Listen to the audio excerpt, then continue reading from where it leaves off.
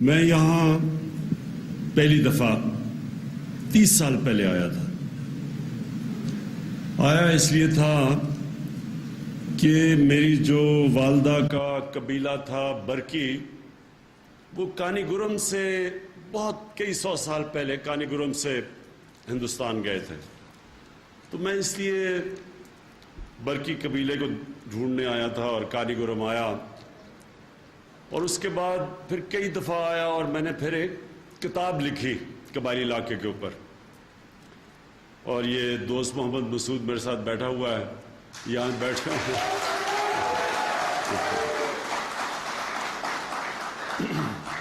یہ بھی میرے ساتھ دوست محمد، کئی دفعہ ہم قبائلی علاقے میں آئے، اور آخری دفعہ جب میں یہاں آیا تھا تو دوست محمد بھی میرے ساتھ تھا.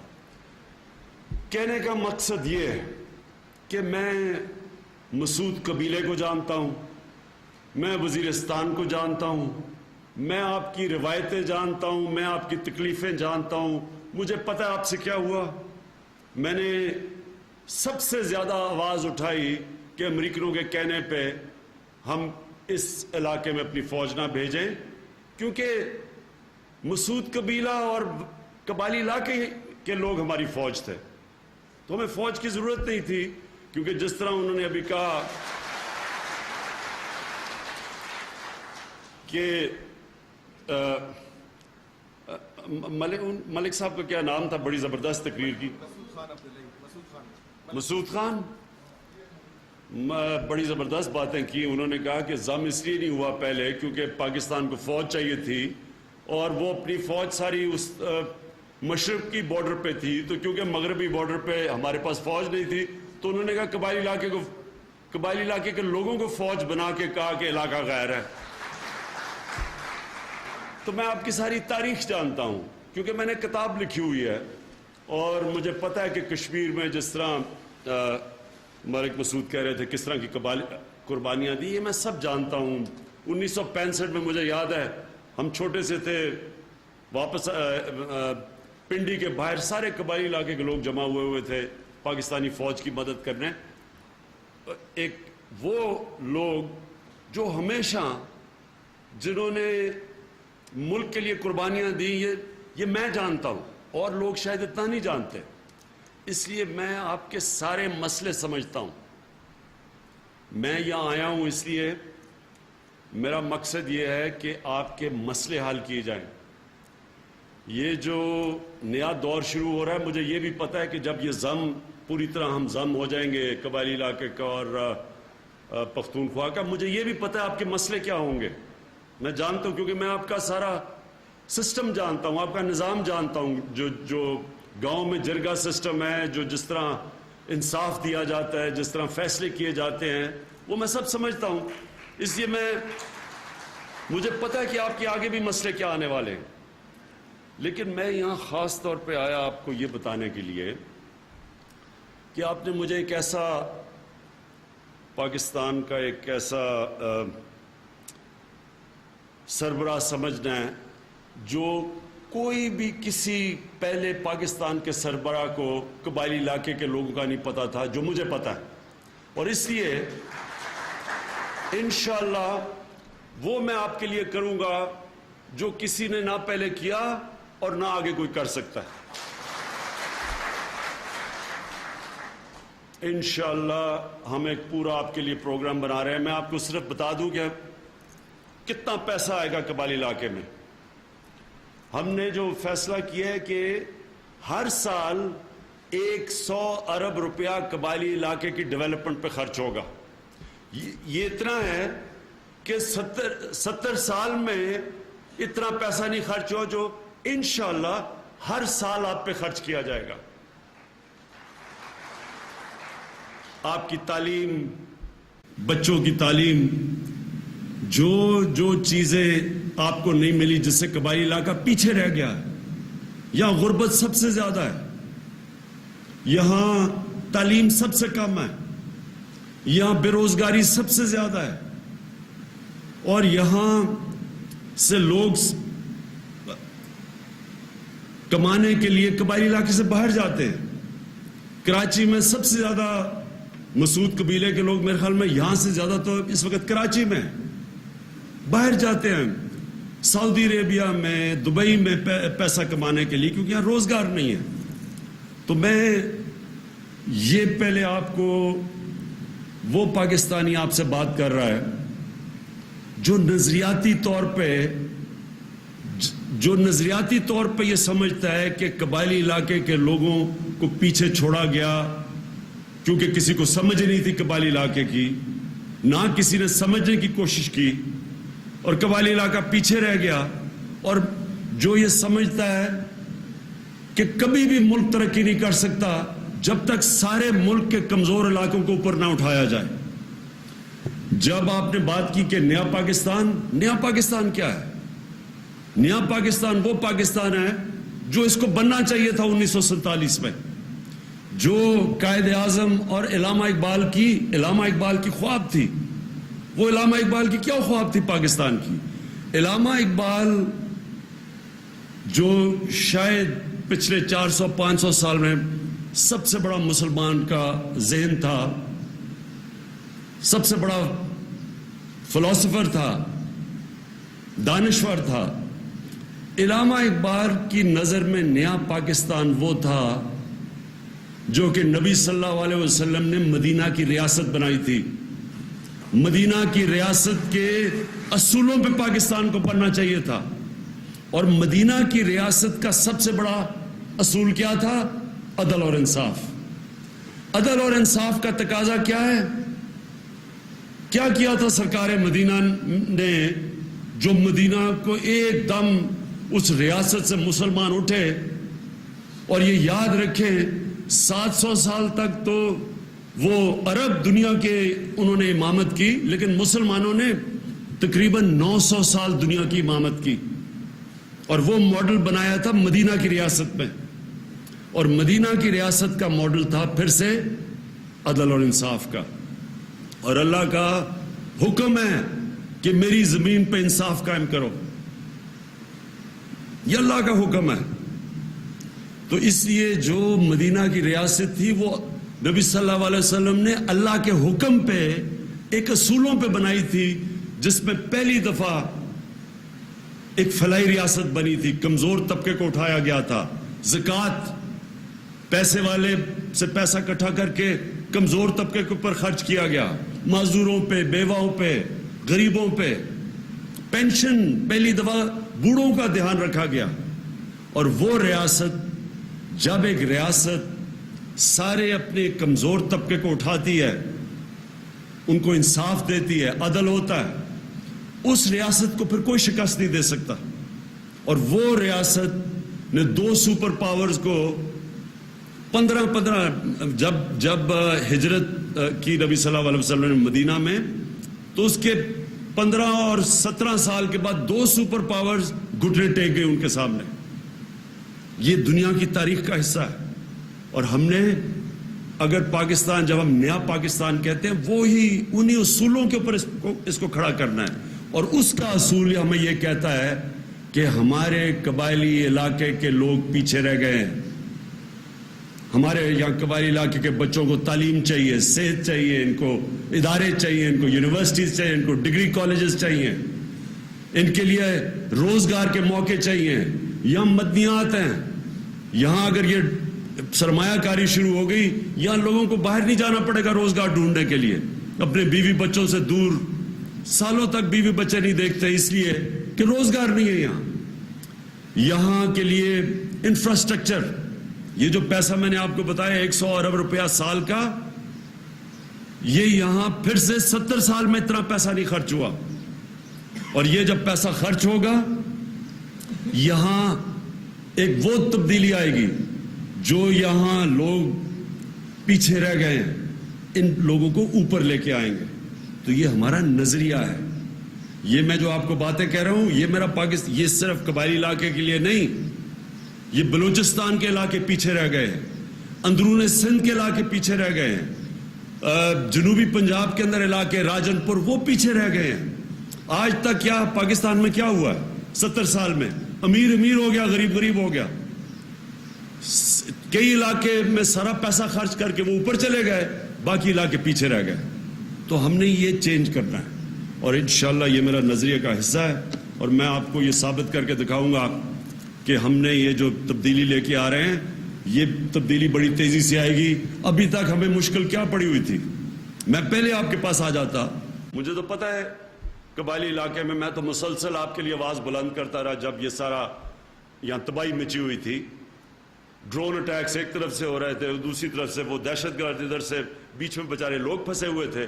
فوج نے ہماری قربانیاں دی, ہمیں پتہ ہے کتنے وہاں فوجیوں کی میں جا کے ان کے گھروں میں گیا ہوں جدھر انہوں نے قربانیاں دی. اور یہاں علاقے کے لوگ میں جانتا ہوں جو وہاں کراچی میں بھی ملتے تھے, وہاں آتے تھے اسلام آباد میں.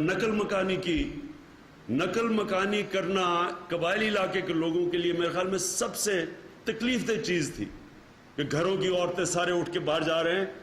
وہ تو کوئی جانتا نہیں, جو جب تک آپ کے روایتیں اور آپ کی نظام کو نہ جانتا ہو, کسی کو تو نہیں پتا کہ آپ نے کتنی قربانی دی تھی. یہاں ہمارے وزیر اعلیٰ بیٹھے ہوئے ہیں محمود خان, انہوں نے بھی سوات سے نقل مکانی کی تھی جب وہ جنگ تھی, تو ان کو پتا ہے کہ کس قسم کے مسئلے مسائل آپ نے فیس کیے ہیں. میرے پاس پوری چیزیں آپ کے لیے, ہم کیا کیا کریں گے. یہ صرف ڈسٹرکٹ کا میں اس لیے ابھی اناؤنس نہیں کر رہا کیونکہ اس میں میں یہ نہیں چاہتا کہ آپ کے اندر آپس میں, جب تک ہم سوچ سمجھ کے یہ نہ کریں, کوئی ایسی چیز نہیں کرنا چاہتا یا انتشار شروع ہو جائے آپس میں. اور مجھے پتا ہے کہ آپ کی جو دشمنیاں ہیں وہ عام لوگوں کی دشمنیاں تو ہوتی نہیں ہیں, 100 سال تک چلتی رہتی ہیں. تو میرے سے کوئی ایسی چیز نہ ہو جائے کہ آپس میں آپ لڑتے رہے.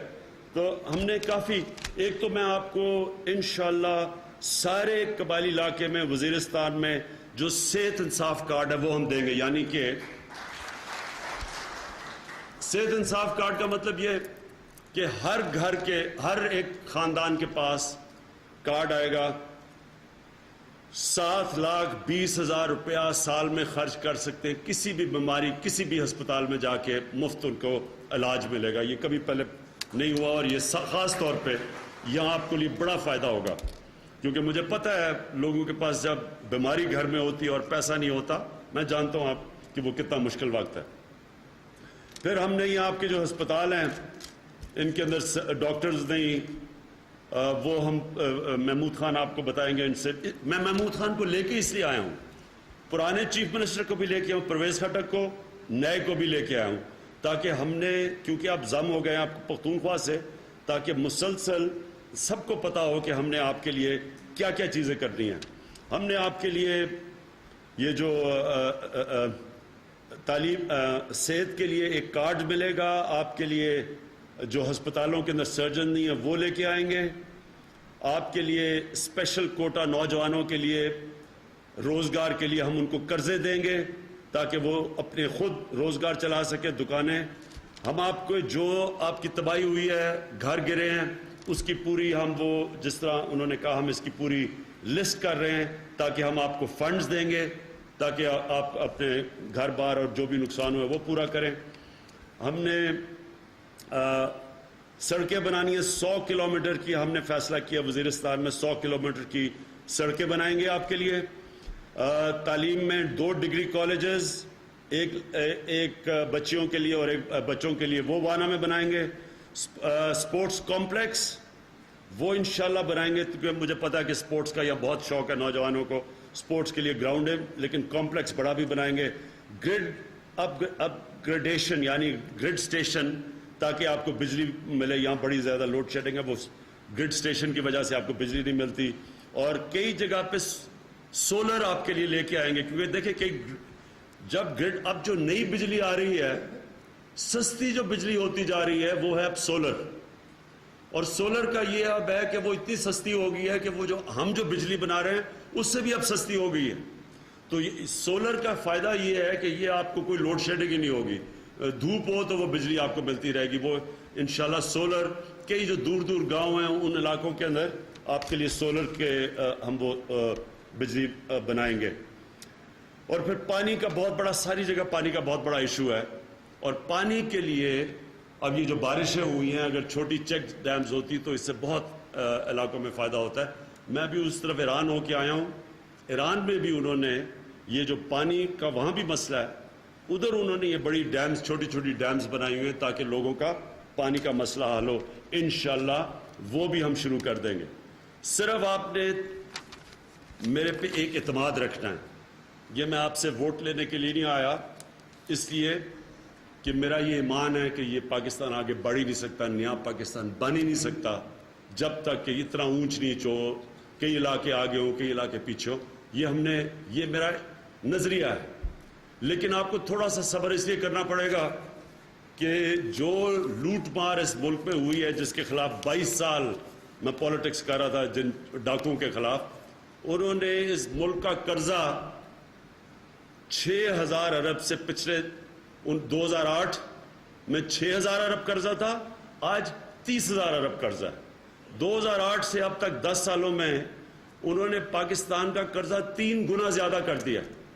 اس کی وجہ سے, صرف میں آپ کو سمجھاؤں اس کی وجہ سے کیا ہے, ہمارا جو سارا ٹیکس اکٹھا ہوتا ہے, یہ ذرا یاد رکھ لیں, یہ اپنے ذہنوں میں ڈالیں, 4,500 ارب یہ ٹوٹل ٹیکس پاکستان کا اکٹھا ہوتا ہے.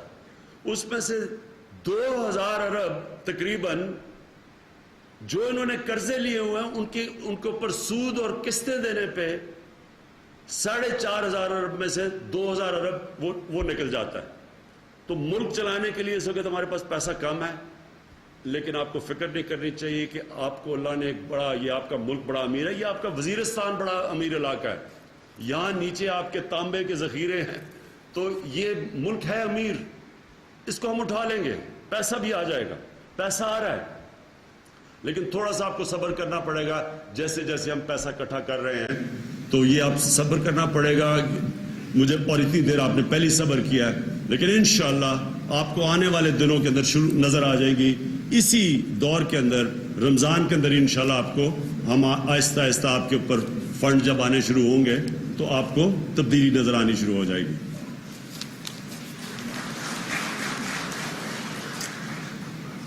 جی جی جی, ایک منٹ, باری باری. جی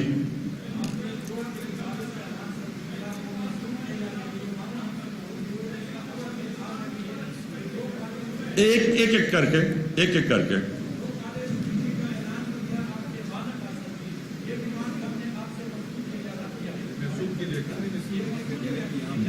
آپ کے, اب مجھے پورا پتہ ہے کہ وزیر قوم مختلف ہے, مسعود قوم مختلف ہے, وانا کے لیے جو بھی کیا, آپ فکر نہ, وزیر قوم کے لیے سارے وہی کریں گے, یہ آپ کے ساتھ. اس لیے تو میں محمود خان کو لے کے آیا ہوں.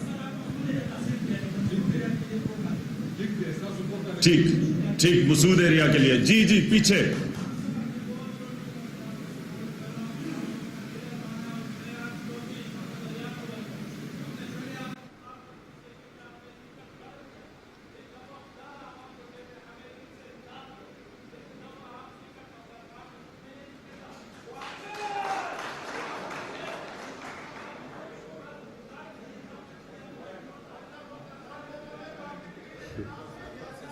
ایک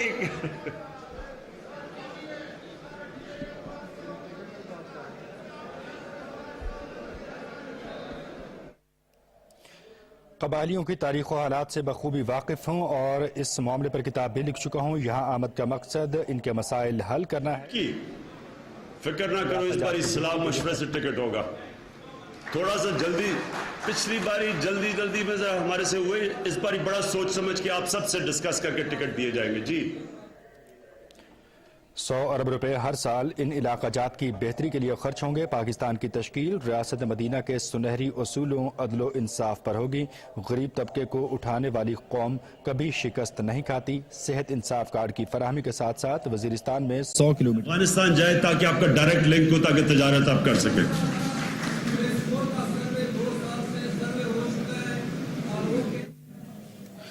ہم سب کچھ کر کے دکھائیں گے. قبائلی علاقہ جات کی بہتری کے حوالے سے اور قبائلیوں کو مکمل سہولتیں فراہم کریں گے. تعلیم اور صحت کی سہولتیں بھی ان کو ان کی دہلیز پر فراہم کی جائیں گی. صحت کارڈ انصاف کی فراہمی کے ساتھ ساتھ وزیرستان میں 100 کلومیٹر سڑکیں, ڈگری کالج اور سپورٹس کمپلیکس کے ساتھ ساتھ گرڈ اسٹیشن بھی تعمیر کیے جائیں گے تاکہ یہاں پر بلا تعطل بجلی کی فراہمی کو یقینی بنایا جا سکے.